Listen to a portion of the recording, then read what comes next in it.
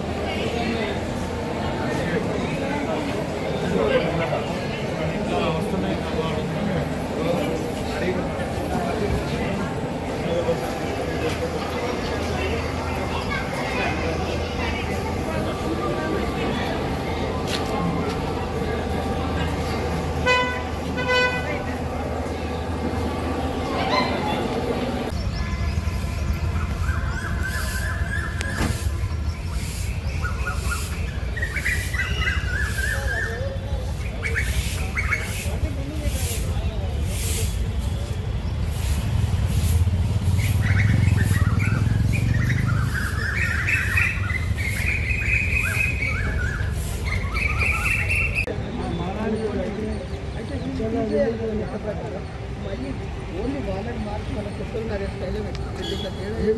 deduction government మంచి department